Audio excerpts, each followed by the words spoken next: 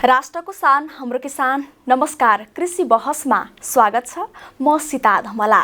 दर्शकवृन्द, कृषि बहसमा हामी कृषि क्षेत्रका विभिन्न गतिविधिसँग केन्द्रित भएर कुराकानी गर्ने गर्दछौँ। आज हामी कृषि बहसमा रसुवाको नौकुण्डा गाउँपालिकाले कृषि क्षेत्रमा चालेका कदम र उपलब्धिहरू के छन् त यिनै विषयमा केन्द्रित भएर कुराकानी गर्नेछौँ।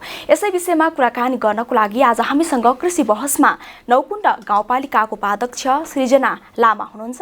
आउनुहोस् उहाँलाई कार्यक्रममा स्वागत गरौँ। यहाँलाई कार्यक्रममा स्वागत छ। धन्यवाद। आराम हुनुहुन्छ? एकदमै आराम छ। सर्वप्रथम त आजको कृषि बहस हामी नौकुण्डा गाउँपालिकाको परिचयबाट नै सुरु गरौँ। हुन्छ। अब नौकुण्डा गाउँपालिका रसुवाको 5वटा स्थानीय तहमध्ये एउटा स्थानीय तह हाम्रो नौकुण्डा गाउँपालिका पनि हो। त्यसमा नौकुण्डा गाउँपालिका नामैले नै अब नौकुण्डा कसरी रहन गयो भन्ने हुनसक्छ होइन। त्यसमा साबीको 3वटा गाविस, आयार्सा, श्रमथली र बोर्डले गाविस 3वटा गाविस मिलेर नौकुण्डा गाउँपालिका बनेको। यसको नामाकरणको कुरा गर्ने हो भने हाम्रो गाउँपालिकाको सबैभन्दा माथि उच्च क्षेत्रमा चाहिँ 9वटा कुण्डहरू रहेको छ। त्यही कुण्डहरूबाट नै गाउँपालिकाको नाम नौकुण्डा गाउँपालिका रहन पुग्यो।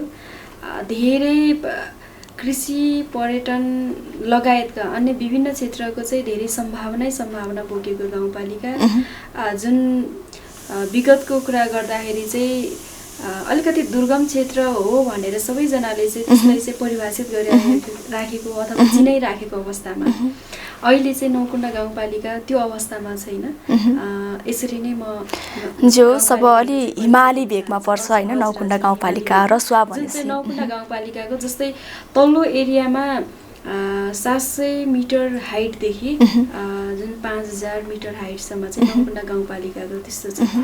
मुख्य अर्थतन्त्रको स्रोत चाहिँ के हो त यो नौकुण्डा गाउँपालिकाको? नौकुण्डा गाउँपालिकाको मुख्य स्रोत भनेको कृषि पेसा नै हो, कृषि नै हो भनौँ न। कृषिमा पनि के छन्? कृषिभित्रमा पनि त्यहाँको तरकारी खेतीहरू भयो होइन। त्यस पछाडि खाद्यान्न बालीहरू त यसै नै छँदैछ। अहिले व्यावसायिक रूपमा चाहिँ अब बाख्रा पालन, चौरी पालन, कुखुरा पालन लगायतका विभिन्न व्यावसायिक कृषिहरू पनि गरिराख्नु भएको छ। खास आधार भनेको हाम्रो कृषि पेसा नै हो। जस्तो कि यो नौकुण्डा गाउँपालिकाभित्रको होइन जनसङ्ख्या भनेको चाहिँ 11,824 रहेको छ। त्यो चाहिँ पहिला 68 सालको जनगणना अनुसार चाहिँ 11,000 हो। तर अहिले हामीले पनि गाउँपालिकाले एउटा भिलेज प्रोफाइल बनाएको छ। यो हाम्रो उसमा 76 सालमा त्यो अनुसार त्यसको तथ्याङ्क अनुसार चाहिँ हाम्रोमा अहिले 14,742 त्यति चाहिँ पुगेको छ अहिले भनौँ न। 14,742 मध्ये होइन कृषि कर्ममा चाहिँ कति जुट्नु भएको छ? कृषि कर्ममा प्राय सबै नै कृषि कर्ममा हो होइन। हाम्रोमा 96% त्यहाँको भनौँ न त्यहाँ बसोबास गर्ने नागरिकहरू चाहिँ सबैजना कृषि पेसामा नै हुनुहुन्छ। त्यहाँको मुख्य स्रोत, मुख्य आधार नै कृषि भएको कारणले गर्दाखेरि सबैजना नै त्यसमा कृषिमा हुनुहुन्छ। त्यसमा पनि जस्तै भनौँ न 14,000 भित्रमा पनि लगभगै 7,000 भन्दा बढी त कृषि पेसा बाहेक हुनुहुन्छ। त्यो चाहिँ भनौँ न विद्यार्थीहरू भयो होइन, बालबालिकाहरू भयो, अनि अन्य जुन चाहिँ जो चाहिँ त्यहाँको एउटा रोजगारीको लागि अथवा केही गर्न सक्नेहरू चाहिँ सबै कृषि पेसामा नै हुनुहुन्छ। त्योभन्दा बाहेकको चाहिँ ज्याला मजदुरी भयो, वैदेशिक रोजगारतिर जाने, कतिपय चाहिँ जागिरहरू खानुभएको त्यस्तो भयो। अरू प्रायः सबै कृषि पेसा नै हो। यहाँहरूले होइन स्थानीय किसानको लागि होइन कृषिप्रति के कस्ता कदमहरू चाल्नु भएको छ? स्थानीय तह आइसके पछाडि चाहिँ कृषिको लागि हामीले धेरै नै कदम चालेका छौँ। जुन विगतको कुरा गर्ने हो भने पहिला गाविस हुँदाखेरि त्यहाँ चाहिँ कृषि क्षेत्रमा चाहिँ कति बजेट आउँछ, के कार्यक्रम हुन्छ, कस्तो कार्यक्रमहरू चाहिँ कृषि विकास कार्यालयबाट भएको हो अथवा कृषि क्षेत्रमा चाहिँ सरकारले चाहिँ यस्तो विभिन्न कार्यक्रमहरू हुन्छ भन्ने केही पनि थाहा थिएन त्यहाँको जनतालाई। खास भन्ने हो भने कहिलेकाहीँ गाविसमा केही मात्रामा बजेट आउँदाखेरि चाहिँ त्यहाँको बजेटहरू कृषि क्षेत्रमा कहिले पनि छुट्टिँदैन थियो। जुन कृषि विकास कार्यालय जुन दुन्चेमा थियो, सदरमुकाम वरिपरि चाहिँ त्यो कृषि विकास कार्यालयहरू थियो। तर त्यो कार्यालयबाट चाहिँ मात्र जहाँ चाहिँ यातायातको पहुँच छ होइन, जहाँ चाहिँ अलिकति शिक्षित भनौँ न अलिकति जान्ने सुन्ने कृषकहरू हुनुहुन्छ, उहाँहरू समक्ष मात्रै पुग्ने गर्नुहुन्थ्यो। तर हाम्रो जस्तो दुर्गम एरियामा त्यो कार्यक्रमहरू कहिले पनि आइपुग्ने थिएन। त्यसो हुँदाखेरि चाहिँ जब गाउँपालिका स्थानीय तह स्थापना भयो र हामी पनि निर्वाचित भएर आइसके पछाडि चाहिँ कृषि पेसामा कृषि क्षेत्रमा चाहिँ अब हामीले लगानी गर्नुपर्छ। सरकारले चाहिँ किसानहरूलाई हाम्रो पनि सरकार रहेछ है भन्ने अनुभूति दिलाउनको लागि चाहिँ हामीले विभिन्न बजेटहरू छुटाउनुपर्छ, विभिन्न कार्यक्रमहरू गर्नुपर्छ भनेर हामीले पहिलो वर्षदेखि नै हामीले कृषिमा चाहिँ राम्रो बजेटहरू चाहिँ विनियोजन गऱ्यौँ, जस अन्तर्गत चाहिँ जस्तै कृषि क्षेत्रलाई एक गाउँ एक उत्पादन भनेर हामीले चिनाउनको लागि चाहिँ पहिलो वर्षदेखि नै हामीले के प्र्याक्टिस गऱ्यौँ भने सबै वडाहरूमा त्यहाँको विशेषता के हो, त्यहाँको सम्भावना के हो होइन, त्यो गाउँ जुन चाहिँ हाम्रो त तल्लो जुन लेभलदेखि जुन मैले अघि नै भने 700 मिटर हाइटदेखि 5500 मिटर हाइटसम्मको उसमा चाहिँ कस्तो कस्तो कुरा त्यहाँ चाहिँ उत्पादन गर्न सकिन्छ हो, त्यसको सम्भावनालाई हामीले आधार मानेर पहिला पनि भइराखेको जुन कृषकले सामान्यतया आफूले गरिरहेको खेतीलाई आधार मानेर हामीले चाहिँ त्यो क्षेत्रको सम्भावनालाई हामीले सम्भावनाको क्षेत्र चाहिँ कति रहेछ?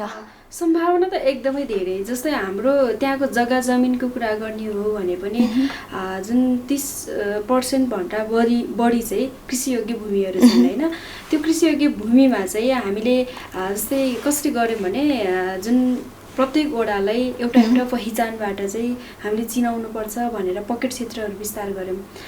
जस्तै वडा नम्बर 1 को कुरा गर्ने हो भने हाम्रो आरुखर्का लाङ्बु एरियामा चाहिँ एकदमै राम्रो जुन लसुन खेती हुन्छ होइन, लसुन खेतीलाई चाहिँ अझ धेरै प्रमोट गर्नुपर्छ भनेर हामीले त्यहाँको हरेक जुन भनौँ न हामीले दिनुपर्ने जुन अनुदानको कुराहरू होला, विभिन्न बिउ बिजनदेखि लिएर त्यहाँ चाहिँ चाहिने कलेक्सन सेन्टरहरूदेखि लिएर सबै त्यसलाई चाहिँ निर्माण गरेर हामीले लसुन पकेट क्षेत्रको चाहिँ हामीले विस्तार गऱ्यौँ। त्यस पछाडि वडा नम्बर 1 कै मास्लो भेगमा चाहिँ जम्मा 3000 हाइटदेखि चाहिँ माथि लेभलसम्म भनौँ न हाम्रो त्यहाँ चाहिँ चौरी पालन चाहिँ एकदमै राम्रो हुन्छ होइन।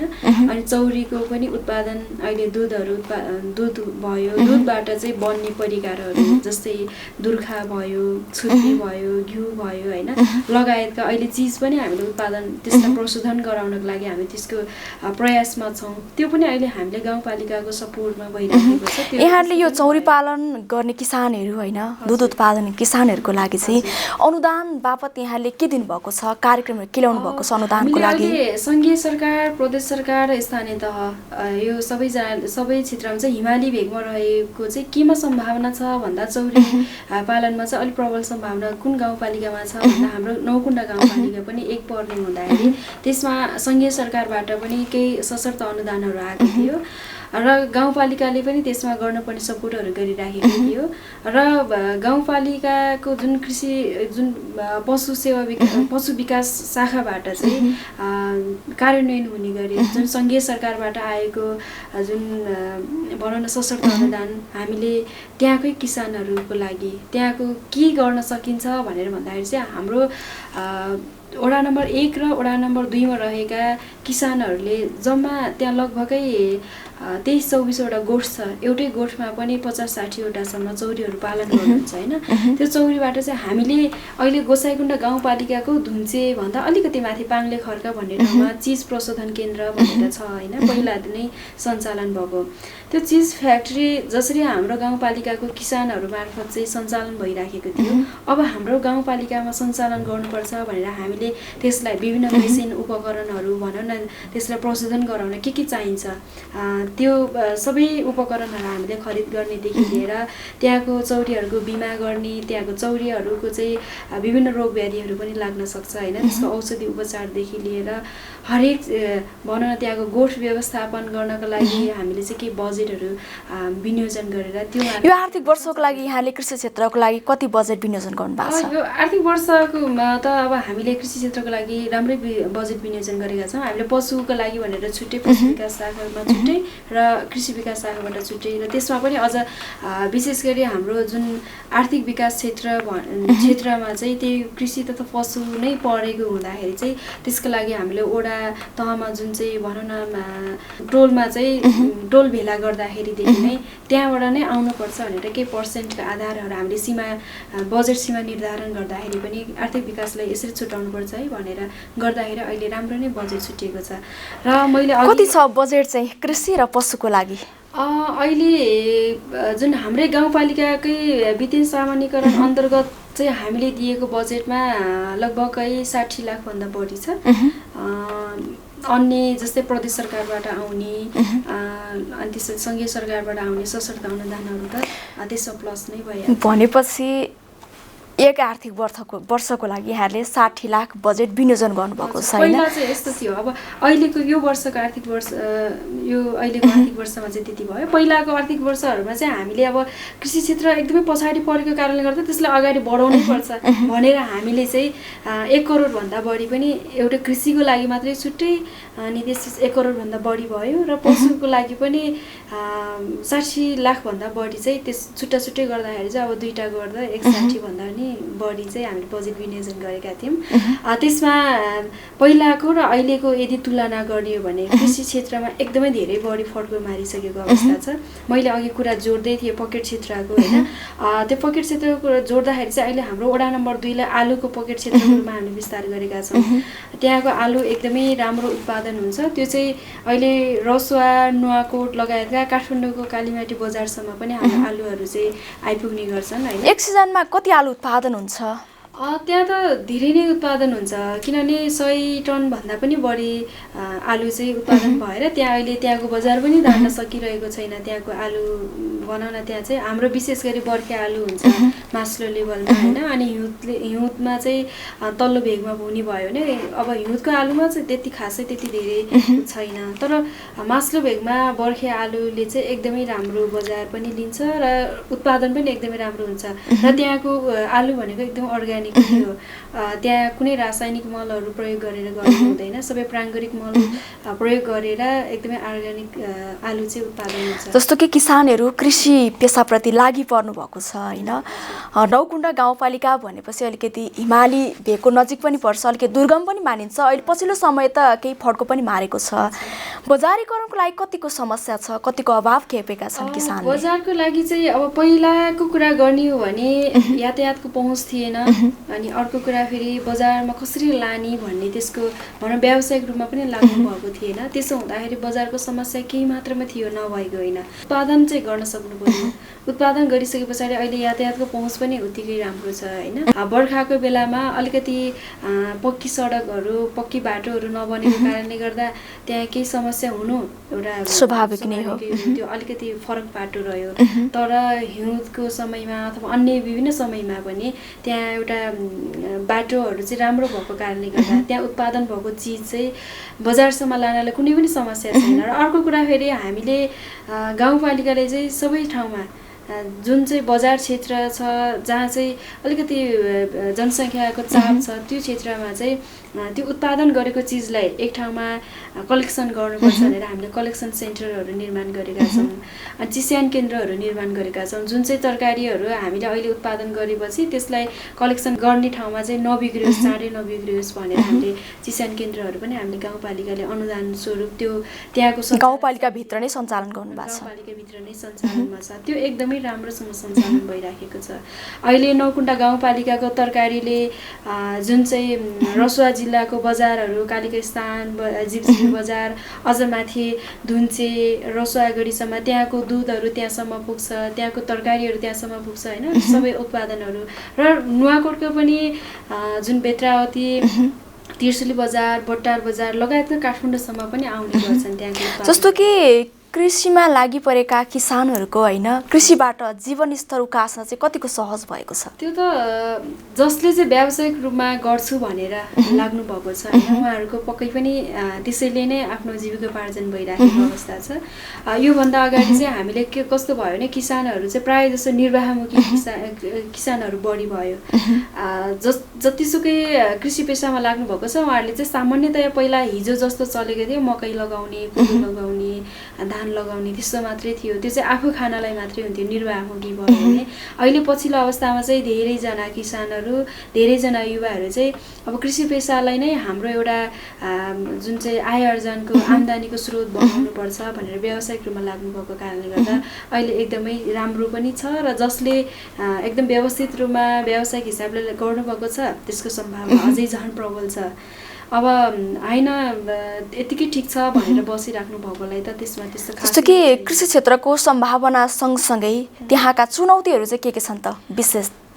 त्यहाँको चुनौती भनेको अहिले चाहिँ के छ भन्दाखेरि जस्तै 96% भन्दा बढी त किसानहरू यतिकै नै छँदैछ, जो चाहिँ निर्वाहमुखीबाट अहिले बिस्तारै बिस्तारै व्यवसायमुखीमा जाँदै हुनुहुन्छ।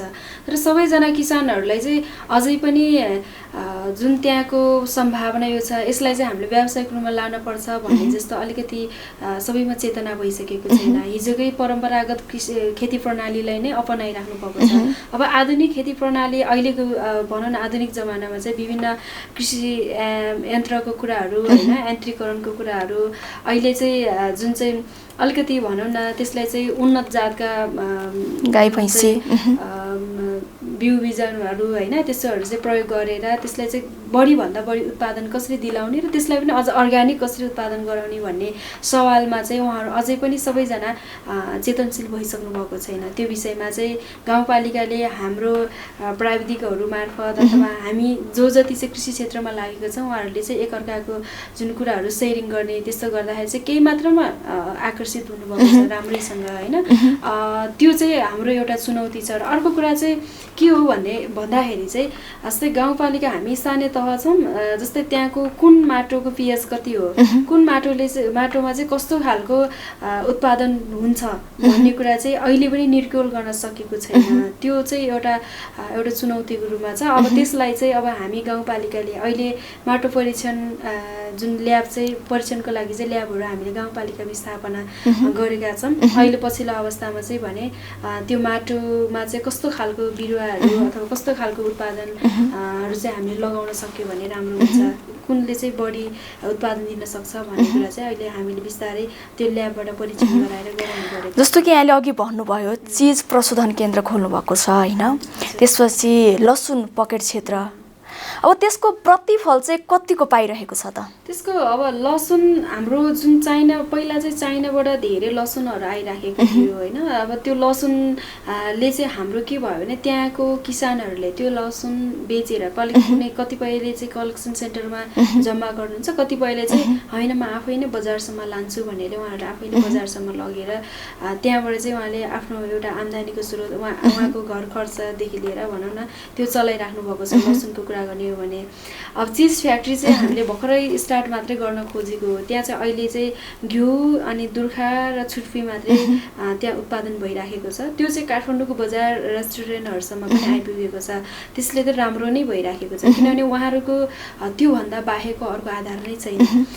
त्यस्तै गरेर पकेट क्षेत्र हाम्रो अर्को फेरि कस्तो छ भने त्यहाँको एउटा कफीको पकेट क्षेत्र एकदमै राम्रो छ होइन। पकेट क्षेत्र हामीले विस्तार गरेको कफी, त्यहाँको अर्ग्यानिक कफी एकदमै राम्रो छ। त्यो चाहिँ अहिले विदेशीहरूले समेत मन पराउनु भएको, जस्तै अहिले इटलीबाट अनि अन्य विभिन्न देशहरूबाट पनि यो चाहिँ एकदमै राम्रो रहेछ, यो जति उत्पादन हुन्छ त्यो सबै हामी लान्छौँ भनेर भनिरहेछौँ। तर हामीले उत्पादन राम्रोसँग गर्न सकेका छैनौँ त्यहाँ किसानहरूले। अहिले हामीले त्यो कफी चाहिँ हामीले रसुवागढी भनौँ न रसुवा जिल्लाको सबै बजारहरू लगायतका नुवाकोट काठमाडौँसम्म पनि त्यो कफीहरू चाहिँ बजारमा पाइरहन्छ। तर त्यो सबै ठाउँमा चाहिँ बजारमा छ्यापछ्याप्ती पाउन सकिरहेको छैन किनभने उत्पादन त्यो अनुसारको नभएर। त्यो पकेट क्षेत्र हामीले विस्तार गरेर त्यहाँको किसानहरू अहिले एकदमै आत्मनिर्भर बन्न खोजिराखेको छ। पहिलाको तुलनामा अहिले धेरै नै राम्रो। जस्तो कि स्थानीय सरकार गठन भएको पनि 4 वर्ष भइसकेको छ होइन। यो 4 वर्षको अन्तरालमा यो गाउँपालिकाले चाहिँ कतिको प्रतिफल हासिल गरेको महसुस गर्नुहुन्छ यहाँ? अहिले त अब हामीले भन्दाखेरि चाहिँ अहिले 4 वर्षको बिचमा कृषि क्षेत्रमा त एकदमै धेरै नै राम्रो फर्क लागेको हो। जुन हिजो एउटा प्राविधिक भनौँ न एउटा गाई बिरामी भयो भने प्राविधिक बोलाउनको लागि चाहिँ घन्टौँ कुरेर घन्टौँसम्म चाहिँ अब भनौँ न आज फोन गऱ्यो भने कुनै बेला चाहिँ भोलिपल्ट पर्सिपल्ट आइपुग्ने सम्भावना थियो। अहिले फोन गऱ्यो ल मेरो गाईलाई अथवा बाख्रालाई यस्तो समस्या भयो भने प्राविधिकहरू हाम्रो फिल्डमै हुन्छ होइन, सबै वडामा फिल्डमा घुमिराखेको हुन्छ। त्यो प्राविधिकहरू चाँडै नै पुग्नुहुन्छ र अनि त्यस पछाडि सामान्यतया एउटा टनेल मात्रै नपाएको अथवा टनेल मात्रै भए पनि पाए हुन्थ्यो भन्ने किसानहरूले अहिले चाहिँ उहाँहरूले एकैजना मान्छेले पनि केही गाउँपालिकाको अनुदानमा पाएको र केही चाहिँ आफैले पनि म गर्छु भनेर लागेकोहरूले चाहिँ एउटै व्यक्तिले पनि 4वटा 5वटासम्म टनेलहरूमा चाहिँ खेती गरिराखेको अवस्था। अझ त्यसमा पनि हामी गाउँपालिकाले चाहिँ सेमी हाइटेक टर्नेलहरू जुन चाहिँ बेमौसमी तरकारीहरू जुन सिजनल अफ सिजनल हुन्छ नि तिनीहरूमा पनि त्यसको उत्पादन बढाउनु पर्छ भनेर हाइटेक टर्नेलहरू हामीले चाहिँ अनुदानमा वितरण गर्यौँ होइन। अनि त्यो सँगसँगै सिँचाइको कुरा आउँछ त्यसमा होइन। कृषि भन्नासाथ सिँचाइको अवस्था के छ भन्ने पनि हुन्छ। हामीले थोपा सिँचाइ साना सिँचाइ लगायतका अहिले हाम्रो जुन सिँचाइको प्रोग्रामहरू जुन प्रदेश सरकारबाट हाम्रो अहिले जिल्लामा सब डिभिजन कार्यालय छ सिँचाइको होइन, त्यो कार्यालयबाट चाहिँ आउने जुन चाहिँ मजौला खालको सिँचाइहरू तिनीहरू पनि अहिले बिस्तारै बिस्तारै बढ्दै गइराखेको अवस्थामा चाहिँ अहिले कृषि क्षेत्रमा धेरै नै राम्रो भएको छ। पहिला अबका भावी योजनाहरू के छन् गाउँपालिकाको, के सोचेको छ भविष्यको लागि? गाउँपालिकामा चाहिँ अबको भावी योजना भनेको कृषि क्षेत्रमा अहिले जति पनि सबैजना लागिराख्नु भएको छ उहाँहरू चाहिँ एउटा व्यक्तिगत रूपमा लागिराख्नु भएको छ। व्यावसायिक रूपमा लाग्दाखेरि पनि फर्महरू दर्ता गरेर प्राय अब पहिला त अब त्यस्तो फर्म दर्ता गर्ने व्यवसाय दर्ता गर्ने भन्ने त खासै केही पनि थिएन। पछिल्लो समय लहर चलेको छ त यो फर्म दर्ता गर्ने त एकदमै धेरै नै बढ्दो मात्रामा छ। जुन चाहिँ वैदेशिक रोजगारमा जानुभएको दाजुभाइहरू त्यहाँबाट फर्केर आउनुभएको महिला दिदीबहिनी कति फार्म दर्ता भएका छन् अहिले गाउँपालिकामा? हाम्रोमा लगभगै 40वटा भन्दा बढी चाहिँ फर्म व्यावसायिक रूपमा लागि परेको फार्महरू त्यो चाहिँ फर्म दर्ता भइसकेको छ र कृषक समूहहरू त हाम्रो 90वटा भन्दा बढी कृषक समूहहरू छ त्यहाँ गाउँपालिकामा दर्ता भएको होइन। त्यो कृषक समूहहरू मार्फत अथवा फर्म मार्फत त्यहाँबाट चाहिँ अगाडि बढ्नु भएको छ। अब त्यसलाई चाहिँ एउटा सहकारी मार्फत अगाडि बढाउनको लागि चाहिँ हामीले पहल गरिरहेछौँ। अनि त्यसमा चाहिँ सामूहिक खेती प्रणाली अहिले चाहिँ अब एकल मात्रै भयो होइन। अब त्यसले चाहिँ सामूहिक खेती प्रणालीमा ढाल्न सक्यो भने त्यसले चाहिँ एकदमै राम्रो प्रतिफल पनि दिन सक्छ। हामी कार्यक्रमको अन्त्यमा छौँ होइन, अन्त्यमा के भन्न चाहनुहुन्छ? अन्त्यमा चाहिँ अब हामीले गाउँपालिकाले जुन स्थानीय सरकार आइसके पछाडि चाहिँ कृषि क्षेत्रमा एकदमै धेरै जुन त्यहाँको सम्भावना त्यहाँको समस्या त्यहाँको आवश्यकतालाई मध्यनजर गरेर बजेटहरू विनियोजन गर्ने कार्यक्रमहरू तयार पारेर चाहिँ हामीले सबै कार्यान्वयनको चरणमा फिल्डमा भनौँ न हामीले दिइराखेको अवस्थामा चाहिँ त्यो किसानहरूले पनि आफैले महसुस गर्न सक्नुहुन्छ।